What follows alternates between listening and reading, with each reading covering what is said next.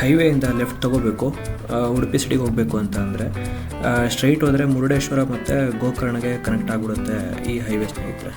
So ಹಂಗಾಗಿ ನಾವು left ತೊಗೊತಾ ಇದ್ದೀವಿ.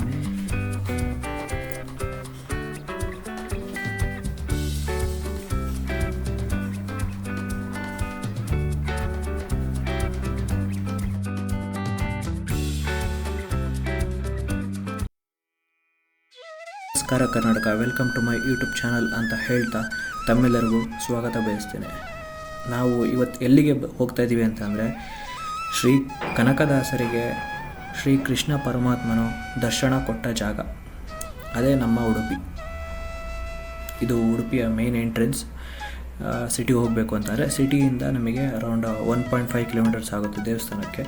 ಸೊ ದೇವಸ್ಥಾನಕ್ಕೆ ಬಂದ ತಕ್ಷಣ ನಾವು ಗಾಡಿ ಪಾರ್ಕ್ ಮಾಡಿದ್ವಿ. ಗಾಡಿ ಪಾರ್ಕ್ ಮಾಡಿ ನಾವು ಸೀದಾ ಹೋಗಿ ನಿಂತ್ಕೊಂಡಿದ್ದೆ ದರ್ಶನಕ್ಕೆ, ಯಾಕೆಂದರೆ ಲೇಟ್ ಆಗಿಬಿಟ್ಟಿತ್ತು. ಹಾಗಾಗಿ ಫಸ್ಟ್ ದರ್ಶನ ಮಾಡಬೇಕಾಗಿತ್ತು. ದರ್ಶನ ಮುಗಿಸ್ಕೊಂಡು ನಾವು ಕನಕನ ಗೋಪುರ ಇದನ್ನು ಮುಗಿಸ್ಕೊಂಡು ನಾವು ಹೊರಟಿದ್ದು ಮಲ್ಪೆಗೆ. ಸೊ ಸ್ನೇಹಿತರೆ, ಮಲ್ಪೆಗೆ ನಾವು ಎಂಟ್ರಿ ಆದ ತಕ್ಷಣ ನಮಗೆ ಕಂಡಿದ್ದೆ Netran adventure scuba diving. So ನೀವು ಸ್ಕೂಬಾ ಡೈವಿಂಗ್ ಮಾಡಬೇಕು ಅಂತ ಇಂಟ್ರೆಸ್ಟ್ ಇದ್ದರೆ ನೀವು ಈ ಕಾಂಟ್ಯಾಕ್ಟ್ ಮಾಡ್ಬೋದು. So you will have a best experience in Malpe ಮತ್ತು ಮುರುಡೇಶ್ವರದಲ್ಲಿ ಎರಡೂ ಕ್ಯಾಟಗರಿಯಲ್ಲಿ ನಿಮಗೆ ಇದು ನೇತ್ರಾನ್ ಅಡ್ವೆಂಚರ್ಸ್ ಅವರು ನಡೆಸ್ಕೊಡ್ತಾ ಇರ್ತಾರೆ. ಇದು ಮುಗಿಸ್ಕೊಂಡು ನಾವು ಹೊರಟಿದ್ದೆ ನಾವು ಸೆಂಟ್ ಮೇರಿಸ್ ಐಲ್ಯಾಂಡಿಗೆ. ಸೆಂಟ್ ಮೇರಿಸ್ ಐಲ್ಯಾಂಡಿಗೆ ಹೋಗಬೇಕು ಅಂತಂದರೆ ನಿಮಗೆ ಚಾರ್ಜಸ್ ಇರುತ್ತೆ. ಸೊ ತುಂಬ ಬೋಟ್ಸ್ ಎಲ್ಲ ಇರುತ್ತೆ. ಸೊ ಈಚ್ ಪರ್ಸನಿಗೆ ಅರೌಂಡ್ 250 or 300 rupees ಚಾರ್ಜಸ್ ಮಾಡ್ತಾರೆ. ಸೊ ಈ ಎಂಡಿಂದ ಆ ಎಂಡಿಗೆ ಅರೌಂಡ್ 15 to 20 minutes ಟ್ರಾವೆಲ್ ಮಾಡ್ಬೋದು ನೀವು ಬೋಟ್. ಇದೇ ನಮ್ಮದು ಬೋಟ್ ರೆಡಿಯಾಗಿದ್ದು ಅರೌಂಡ್ 1.5 hour ಆದಮೇಲೆ ನಮಗೆ ಹೋಗೋಕ್ಕೆ ಸಿಕ್ತು. ಮಲ್ಪೆ ಬೀಚ್ ಬಂದ್ಬಿಟ್ಟು ಚಿಕ್ಕ ಮಕ್ಕಳಿಗೆ ಮತ್ತು ವಯಸ್ಸಾಗಿರೋರಿಗೆ ಅವರಿಗೆಲ್ಲರಿಗೂ ಕೂಡ, ಆಮೇಲೆ ಕಪಲ್ಸ್ ಆಗಿರ್ಬೋದು, ಎಲ್ಲರಿಗೂ ತುಂಬ ಎಂಜಾಯ್ ಮಾಡೋದಕ್ಕೆ ಚೆನ್ನಾಗಿದೆ ಜಾಗ. ಬೀಚಲ್ಲಿ ಸ್ನಾನ ಮಾಡಬೇಕು, ಯಾಕೆಂದರೆ ತುಂಬ ಡೀಪ್ ಏನಿಲ್ಲ. ಸುಮಾರು ಮಂಡಿ ಮತ್ತು ಮೊಣಕಾಲವರೆಗೂ ನೀವು ಮುಂದೆ ಹೋಗ್ಬೋದು, ನೋಡ್ಬೋದು, ನೀವೇ ಕಾಣ್ಬೋದು ಎಷ್ಟು ಮುಂದೆ ಇದ್ದೀವಿ ನಾವು ಅಂತ. ಸೊ ಇದು ಮುಗಿಸ್ಕೊಂಡು ನಾವೆಲ್ಲ ಒಬ್ಬರೊಬ್ಬರೇ ಬೋಟಿಗೆ ಕ್ಲೈಮ್ ಮಾಡ್ಕೊತಿದ್ವಿ. ಸೊ ಬೋಟಿಗೆ ಹತ್ತಿದ ತಕ್ಷಣ ನಮಗೆ ಲೈಫ್ ಜಾಕೆಟ್ಸ್ನ ಕೊಟ್ಟರು ಹಾಕೊಳ್ಳೋಕ್ಕೆ ಅಂತ ಅಂದ್ಬಿಟ್ಟು. ಸೊ ಲೈಫ್ ಜಾಕೆಟ್ಸ್ ಎಲ್ಲ ಹಾಕ್ಕೊಂಡು ನಾವು ರೆಡಿಯಾಗಿ ಕೂತ್ಕೊಂಡ್ವಿ. ಕಂಪ್ಲೀಟ್ ಈ ಬೋಟ್ ಫಿಲ್ ಆದ ತಕ್ಷಣ ನಮಗೆ ಬೋಟ್ ಸ್ಟಾರ್ಟ್ ಮಾಡಿದ್ರು ಸೆಂಟ್ ಮೇರಿಸ್ ಐಲ್ಯಾಂಡ್ ಹೋಗೋದಕ್ಕೆ. ನೋಡಿ, ಎಲ್ಲ ಲೈಫ್ ಜಾಕೆಟ್ಸ್ ಹಾಕೊತಾ ಇದ್ದಾರೆ. ನಮ್ಮ ಮೇಡಮು ಕೂಡ ಇಲ್ಲೇ ಕೂತ್ಕೊಂಡ್ಬಿಟ್ಟಿದ್ದಾರೆ. ಕ್ಯಾಬ್ ಬೇರೆ ಹಾಕೊತಾರೆ ನಮ್ಮ ಮೇಡಮು. ಸೊ ಜಾಕೆಟ್ಸ್ ಎಲ್ಲ ಹಾಕ್ಕೊಂಡು ಪೈರೇಟ್ಸ್ ಥರ ಕೂತ್ಕೊಂಡ್ಬಿಟ್ವಿ ನಾವು.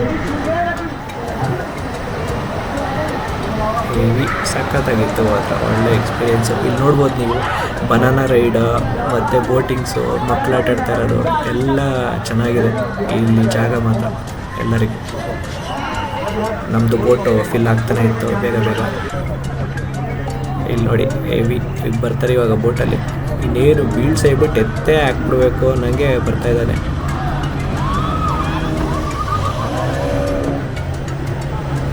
ಮಲ್ಪೆ ಬೀಚಲ್ಲಿ ನಮಗೆ ಸೀ ವಾಕ್ ಕೂಡ ಇದೆ. ಅಲ್ಲಿ ಕಾಣ್ತಾ ಇದೆ ನೋಡಿ ನಿಮಗೆ. ಅರೌಂಡ್ 150 meters ಇದೆ sea walk. Per person 100 rupees charge ಮಾಡ್ತಾರೆ ಇಲ್ಲಿ. ಅಲ್ಲಿ ಬನಾನಾ ರೈಡ್ ಬರ್ತಾಯಿದೆ ನೋಡಿ. ಏನಿಲ್ಲ, ಆ ಬೋಟಲ್ಲಿ ಸೀದಾ ಎಳ್ಕೊಂಬಂದ್ಬಿಟ್ಟು ಸಮುದ್ರದ ಮಧ್ಯದಲ್ಲಿ ದುಬ್ಬಕ್ಕನಾಗಿ ಬಿಟ್ಬಿಡ್ತಾರೆ, ಬೀಳಿಸ್ಬಿಡ್ತಾರೆ.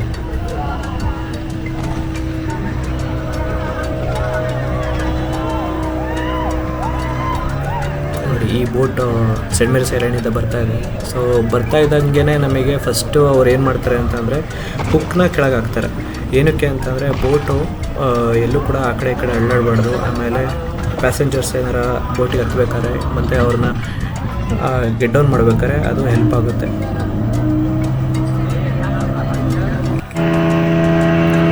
ಹೊರಟೇ ಬಿಟ್ವಿ ನಾವು scent Mary's ಐಲ್ಯಾಂಡಿಗೆ.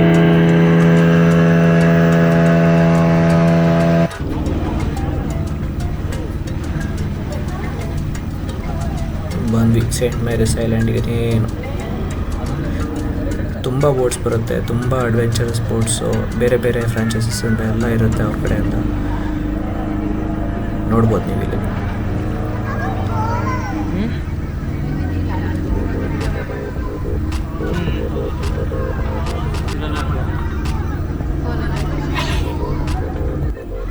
Scent Mary's island ತುಂಬಾ ಬಿಸಿಲಿತ್ತು ಮಾತ್ರ. ನಾವು ಬಂದಿದ್ದು ಒಂದು 1 o'clock 2 o'clock ಬಂದಿದ್ದು ನಾವು. ತುಂಬ ಬಿಸಿಲಿತ್ತು. ಬನ್ನಿ ಹೋಗೋಣ ಒಳಗೆ.